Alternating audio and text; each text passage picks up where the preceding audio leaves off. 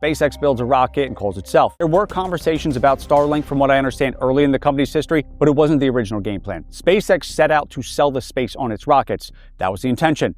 About a decade ago, that changed dramatically. SpaceX flew 165 Falcon launches last year, a record. More than half of every orbital launch on planet Earth by one company. 123 of those were carrying SpaceX's own Starlink satellites, 3 out of every 4. Every other rocket company on Earth builds a rocket and then waits for the phone to ring. Boeing builds a rocket and waits for NASA to call. SpaceX builds a rocket and calls itself.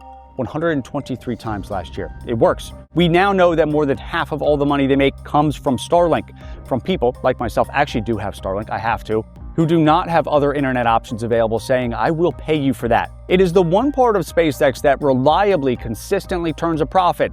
The launch company became its own best customer. If you saw the Taiwan video I did a couple months ago, you know the idea of an anchor tenant, the customer that you can count on, that will buy everything you're willing to sell to them. You want to do something new, expand, build a new factory, you call them up. Taiwan Semiconductors was Apple, one dominant customer whose presence makes the entire thing work, who you have to attract and keep and pray never leaves. Being the landlord and tenant, you never have to negotiate. You never have to worry the tenant walks. You collect both checks, the cost of the lift and the lifetime revenue of the thing in the seat.